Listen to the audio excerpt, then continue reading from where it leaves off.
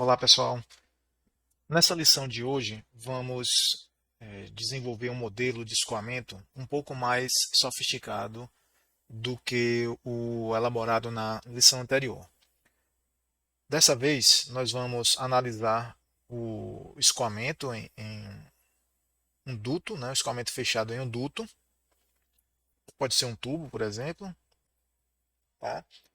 Será um modelo restrito a fluidos newtonianos, ou seja, o fluido atende à lei da viscosidade de Newton. E desta vez nós vamos capturar a variação radial de velocidade. No modelo anterior nós assumimos perfil empistonado, não foi isso mesmo? Dessa vez não, dessa vez nós vamos admitir a variação da velocidade na direção R, ok? Eu desenhei aqui para vocês um elemento de volume, né, um volume de controle, anelar, né, será um anel. Eu desenhei aqui só metade do, do elemento, né, de volume, do volume de controle, no caso, mas ele possui simetria radial, então seria um anel completo mesmo, ok? O volume de controle. E nós vamos efetuar um balanço de forças nesse volume de controle, ou seja, vamos usar a mesma técnica aplicada no desenvolvimento do modelo anterior, só que admitindo, né, a variação radial de velocidade. Tá certo? Então vamos começar. Primeiro, por fluido newtoniano,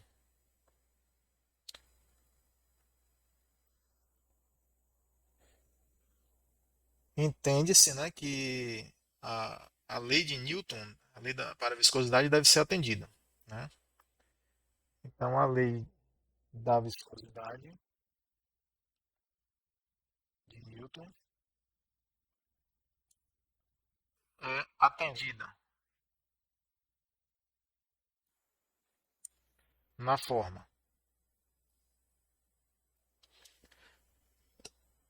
tal Rz, tal é a tensão cisalhante,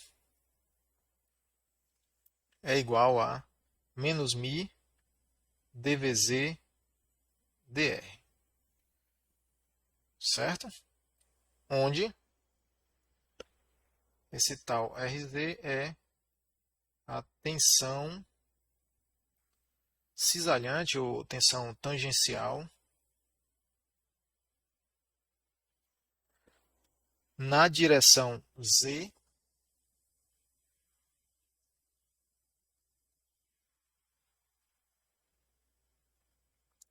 e ortogonal ou perpendicular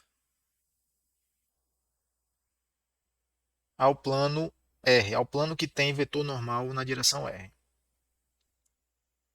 Ok? Então começamos por aí.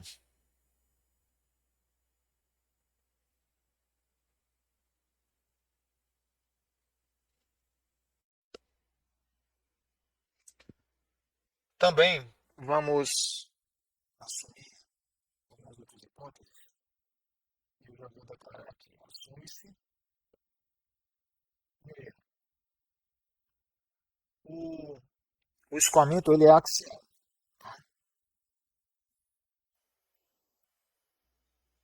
Então, meu modelo capturará apenas a direção z da velocidade, ou seja, a componente z.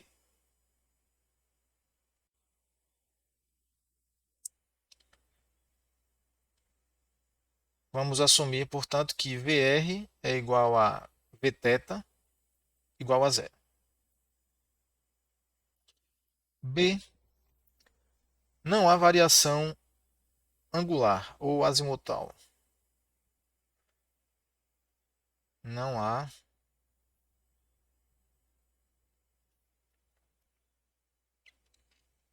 variação angular da velocidade.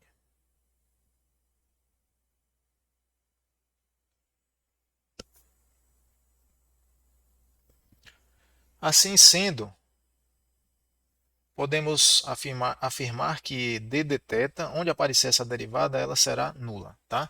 Dθ de, aqui no caso é da velocidade, mas se o modelo for um modelo de balanço de energia, por exemplo, assumir que não há variação angular implicaria em que a derivada em relação a θ de qualquer coisa seria nula, tá certo?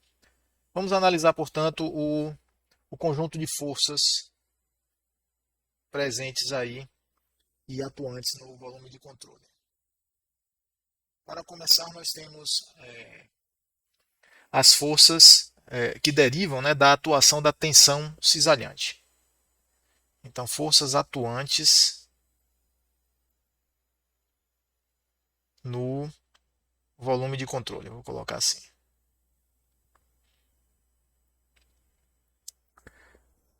Para começar, força cisalhante na face interna ou tangencial na face interna do volume de controle, que corresponde, pessoal, a um raio R. Vou subir aqui um pouquinho para mostrar aqui para vocês. Ó. Olha só, eu estou orientando o eixo Z para a direita, correto? Então, toda força que tiver, né, for voltada para a direita será positiva, né? Sentido contrário, negativo. Então, qual é a força atuante nessa face interna aqui do volume de controle? Primeiramente, vamos lembrar o seguinte. Valendo o princípio da aderência, né, segundo o qual um fluido que tem afinidade com o material da parede ele vai aderir na parede, tendo velocidade nula, nós podemos afirmar que a velocidade será nula junto à parede e terá um valor maior para raios menores. Na verdade, junto à parede o raio é R, Rzão. Então, raios menores do que R corresponderão a uma velocidade Vz maior, correto? E a velocidade será máxima no centro, apenas fazendo uma análise qualitativa.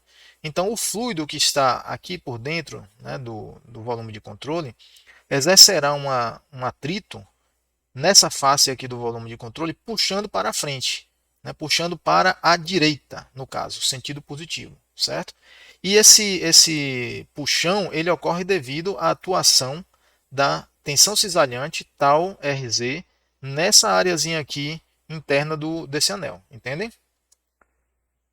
É isso. Então, tensão é como pressão, tem unidade de força sobre área, né? Não é exatamente uma pressão, mas você pode entender como se fosse, né, uma pressão, só que não normal, né? Uma pressão tangencial. Tá? Enfim, é força sobre área. Né? Então, se nós multiplicarmos a tensão por uma área, vamos obter uma força, na verdade. E essa força cisalhante na face R será a tensão, Rz, vezes a área dessa face, a areazinha interna daquele anel, que eu posso escrever como 2πr dz. Tranquilo? É o perímetro do anel interno vezes a espessura do elemento de volume. Tranquilo? Outra força atuante é a força de pressão na face Z. Certo? A face Z, vou subir aqui um pouquinho, olha só. É essa face aqui, ó, que está por trás. Tá? Aqui nós temos a face Z e essa outra face aqui, ó, é Z mais DZ, tá? Seguindo o nosso sistema de coordenadas. Essa facezinha interna aqui do anel, né, do volume de controle anelar, é R. E a externa é R mais DR. Tranquilo? Então, pressão é força sobre área. Então, se eu multiplicar a pressão exercida nessa face esquerda aqui do anel pela areazinha, nós calculamos a força que a pressão atua ali. Se o fluido escoa para a direita, e é um escoamento com força motriz de ΔP, né, força motriz causada por uma diferença de pressão, movimento do fluido, né, força motriz é o ΔP, então a pressão do lado esquerdo deve ser maior do que a pressão do lado direito, assumindo que o fluido se desloca para a direita. Então eu posso multiplicar aqui a área daquela facezinha, que é 2πr dr, não é? vezes P. Veja que eu estou usando aqui a aproximação do trapézio como se fosse um quadrado, né? Se a gente pegar aquela facezinha do anel e cortar e abrir, esticar assim, ó, nós temos aqui um trapézio com essa alturazinha aqui, ó, dr, e esse perímetro, ele não é exatamente igual a esse perímetro aqui, tá? Existe um erro, uma diferençazinha aqui, tá? Porém, como essa altura é infinitesimal, quando ela tende a zero, a diferença entre a área do trapézio e a área do retângulo tende a zero também. Tá? Então nós podemos, no domínio diferencial, usar essa aproximação. Certo? Então aqui nós temos 2πr, ó, que é esse perímetro aqui. Esse perímetro de fora não é exatamente 2πr, ele é 2πr mais dr. Na verdade, afinal de contas, o raio dessa linha aqui, ó, o raio correspondente a essa linha agora é r mais dr. Então não é exatamente igual. Mas, como dr é um infinitésimo, né, o limite de um ΔR para ΔR tendendo a zero é o diferencial, dr. Tá? Então, quando essa espessura aqui, essa alturazinha tende a zero, esse erro tende a zero também, eu posso usar a fórmula de área de retângulo, tá, para fazer esse cálculo. Existe também, bom, essas são as forças que atuam, né, na face de pressão e a força na face frontal, vamos dizer assim, e na face interna. Agora eu preciso considerar as forças que atuam na face externa, que é essa face aqui, ó, por fora, tá? Não dá para ver aqui no desenho, mas essa face por fora, e a força que atua aqui nessa facezinha lateral, né, em Z mais dz, certo? Vamos começar pela força cisalhante externa, que é a força cisalhante que atua na área lateral externa, que está situada na posição radial R mais dr. Tranquilo? Então vamos lá. Qual é a força cisalhante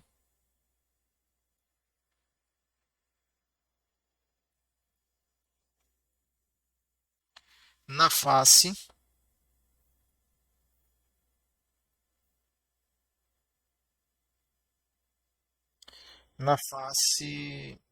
deixa eu consertar isso aqui, R mais dr.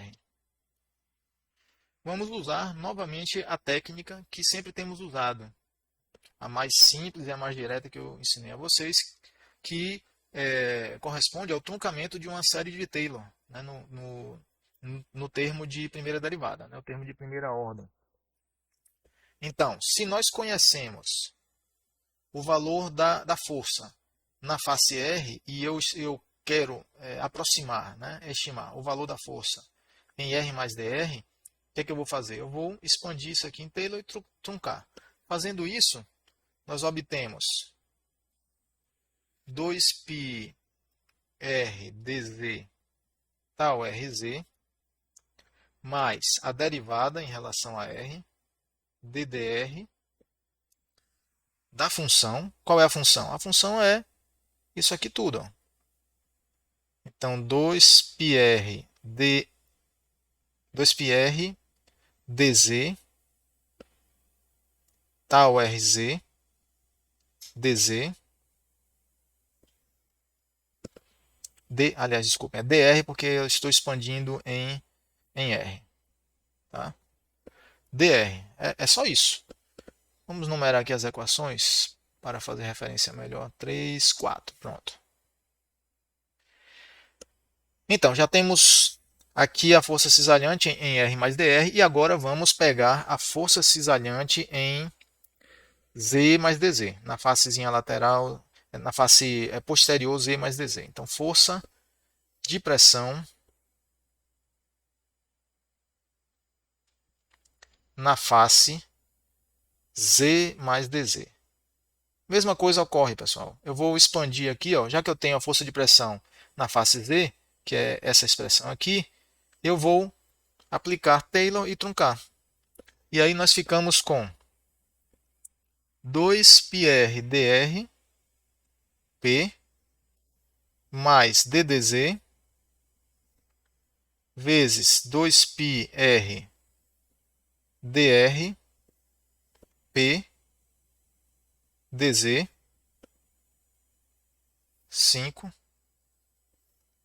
ok? E aí, já completei, né, a identificação das forças. Vamos ver agora o termo de acúmulo, né, que é a taxa de variação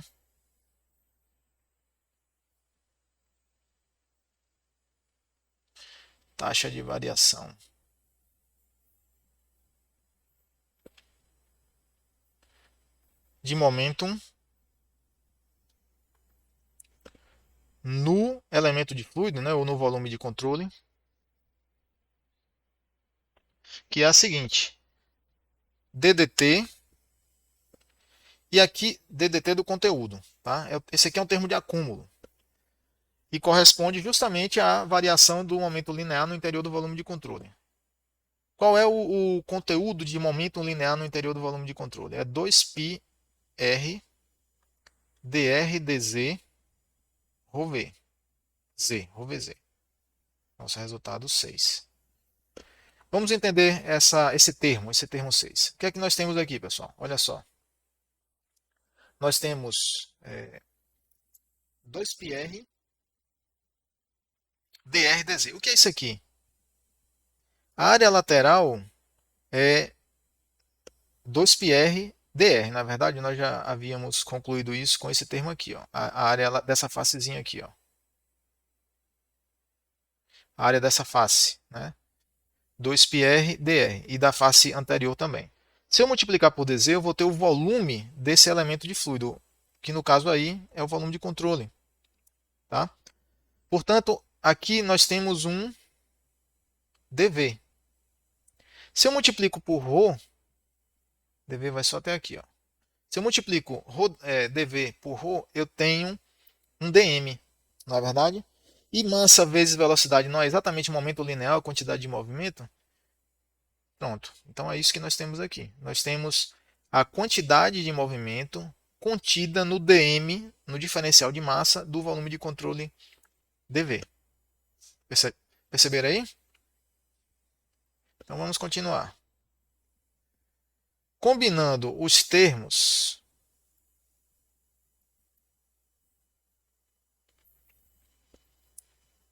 os termos 2 a 6, obtemos que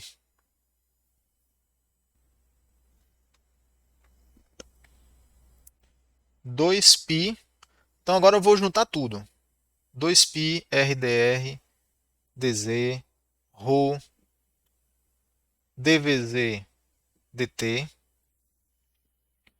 igual a 2π rdz tal rz mais 2π r dr vezes a pressão menos 2π r dz tal rz mais, vou colocar aqui embaixo, aliás, vou seguir aqui embaixo, tá?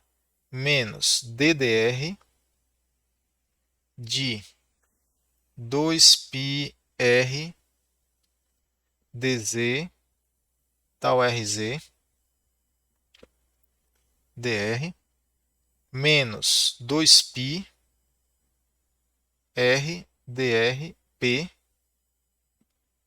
menos ddz de 2πr dr p vezes dz.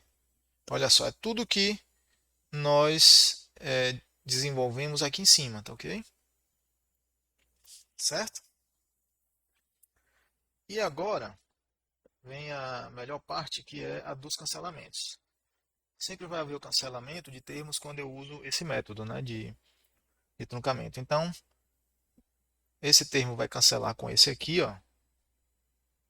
Esse cancela com esse. E aí os remanescentes ficam. Portanto, obtemos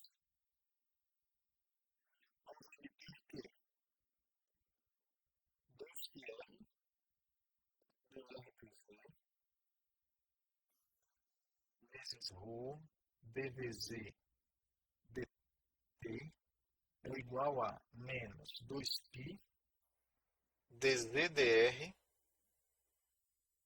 ddr dr tal rz menos 2πr dr dz dp dz, implicando que aqui nós podemos cancelar mais termos fazendo o seguinte: se eu dividir tudo por dr dz, todos os termos têm, ó. Isso aqui vai embora, vai embora, vai embora. Ok? 2π também presente em todos os termos. Então, divido a equação toda por 2π.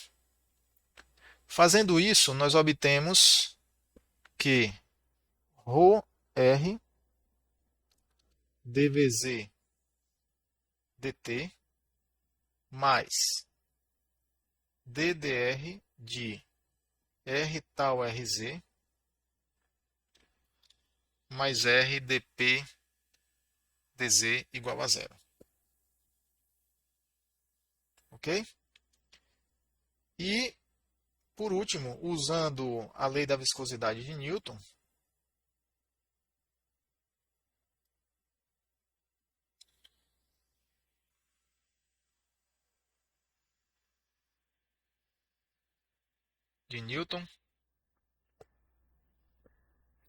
bem, aí nós obtemos que ρr dvz dt menos μ ddr de r dvz dr mais r dp dz. Olha só, igual a zero. O que nós acabamos de obter, pessoal, aqui foi uma versão reduzida, simplificada das equações de Navier-Stokes. Tá? Esse resultado aqui é exatamente isso. Tranquilo? E a solução desta equação diferencial captura o perfil de velocidades Vz transiente, então T aqui, ó, e com variação radial. Tranquilo? Resolvendo essa equação diferencial, nós obtemos o perfil transiente na direção, ou melhor, o perfil transiente da velocidade axial variando com o raio. Ok? É exatamente isso. A velocidade Vz é a componente axial, variando com o tempo e com o raio. Certo? Em regime laminar, essa equação pode ser resolvida e nós obtemos o perfil de regime laminar e regime permanente, nós obtemos o perfil de velocidade parabólico. Ok?